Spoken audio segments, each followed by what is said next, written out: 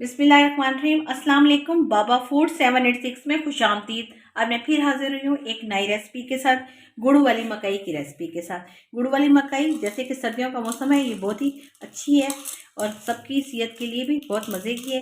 चलें चलते हैं, इसको बनाना स्टार्ट करते हैं।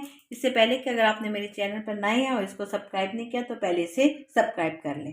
सबसे पहले हम एक कढ़ाई ले लेंगे और उसके अंदर एक ये सादा नमक डाल देंगे और इसको हम 10 मिनट तक तकरीबन गर्म करेंगे। जब ये नमक बहुत ज़्यादा गर्म हो जाएगा फिर हम इसके अंदर मकई को शामिल कर देंगे। अब मुसलसल हम इसके अंदर चम्मच हिलाते रहेंगे। जब ये बहुत ज़्यादा हीटअप हो जाएगी तो हम इसके अंदर मकई के दाने शामिल करेंगे। मकई के जो दाने हैं उनको हमने यहाँ निकाल के रखा हुआ है। ये वही मकई के दाने आजकल ये पाकिस्तान में या इंडिया में आसानी से ही मिल जाते हैं। ये वो वाले मकई के दाने हैं जो पॉपकॉर्न नहीं बनते, ये फूलते नहीं हैं बल्कि सिर्फ ये सॉफ्ट हो जाते हैं और खस्ता हो जाते हैं जब हम इनकी भुनाई करते हैं। अब तकरीबन 10 मिनट गुजर चुके हैं और हमारा नमक भी बहुत ही अच्छे से गर्म हो चुका है। अब इसके अंदर हम ये मकई के दाने शामिल कर देंगे। हम थोड़े थोड़े शामिल करेंगे और इसको साथ ही मुसलसल हिलाते रहेंगे। अभी आप देख रहे हैं कि मुसलसल ये मकई के दाने की आवाज़ आ रही है और ये साइज़ में भी बड़े होते जा रहे हैं और ये फूल रहे हैं। और इस तरह से ये बहुत ज़्यादा खस्ता हो जाएंगे। माशाल्लाह इसकी बहुत ही अच्छे से भुनाई हो चुकी है और इनका साइज़ भी बड़ा हो चुका है। जब हमने मकई डाली थी उसका साइज़ बहुत ही छोटा था, अब ये फूल गए हैं और ये बहुत ही खस्ता हो चुके हैं। अब इनका साइज़ भी काफ़ी बड़ा हो चुका है और ये क्रिस्पी भी हो चुके हैं। अब हम इसको निकाल लेते हैं और इनका नमक छान लेंगे। इस तरह से आप इसको किसी भी बास्केट में डालते जाएं, इसका नमक साथ साथ छानते जाएं। अब जो बकाया मकई के दाने पड़े हैं उसको भी हम इस तरह से रोस्ट कर लेंगे और इस तरह से ये बहुत ज़्यादा खस्ता हो जाएंगे।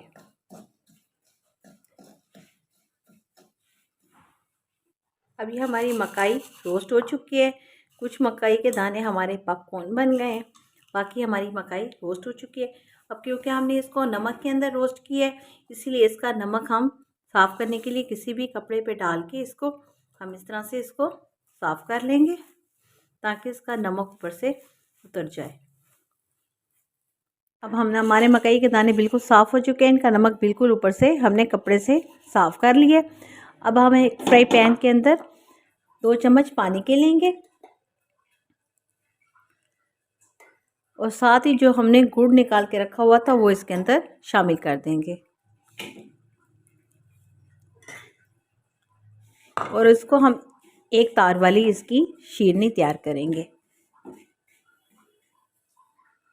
अब हमारा गुड़ तकरीबन मेल्ट हो चुका है,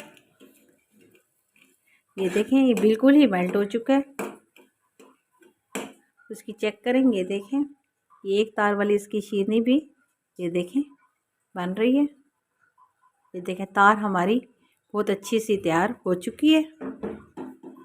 इस टाइम पे हम इसमें 1-2 कतरे सिरके के डाल देंगे ताकि ये हमारी शीरनी जमे ना। अगर आपके पास सिरका मौजूद नहीं है तो आप इसके अंदर नींबू भी डाल सकते हैं, नहीं तो एक चुटकी टाटरी की भी डाल सकते हैं। मैंने इसके अंदर 1-2 कतरे सिरके के डाले हैं। इस टाइम पे हम इसका चूल्हा बंद कर देंगे और इसमें अब हम जो हमने कानोर भून के रखा हुआ था वो इसके अंदर शामिल कर देंगे और इसके बाद हम इसका चूल्हा नहीं जलाएंगे और इसको मुसलसल हम हिलाते रहेंगे। ये माशाल्लाह जैसे टाइम गुजरता जा रहा है ये तकरीबन स्टिकी हो रहा है और सारा ही इसका जो शीरा था गुड़ का वो इसके साथ चिपक चुका है। उसको 10-15 मिनट हम और भी ठंडा करेंगे ताकि ये बिल्कुल अलग-अलग हो जाए। हम लोगों ने ये शीरा एक तार वाला इसलिए तैयार किया था, इस तरह से ये दाने आराम से अलग-अलग हो जाएंगे और सॉफ्ट रहेंगे। अगर आप पतले शीरे में डाल देते तो ये दाने सख्त हो जाते और जैसे ये दाने हम शीरे में डालेंगे फौरी तौर पे चूल्हा बंद कर देंगे। माशाल्लाह हमारी गुड़ वाली मकई तैयार हो चुकी है और ये देखें बिल्कुल ये सेपरेटली हर दाना हो चुका है और इसके हर दाने के ऊपर बहुत ही अच्छी सी लेयर आ चुकी है गुड़ की। और माशाल्लाह अगर आपको रेसिपी पसंद आई हो तो इसे ज़्यादा से ज़्यादा शेयर करें, लाइक करें, कमेंट्स बॉक्स में अपनी कीमती राय का इज़हार करें। बाबा फूड 786 को इजाज़त दें। इंशाल्लाह फिर मिलेंगे किसी नई रेसिपी के साथ। तब तक के लिए अल्लाह हाफिज़।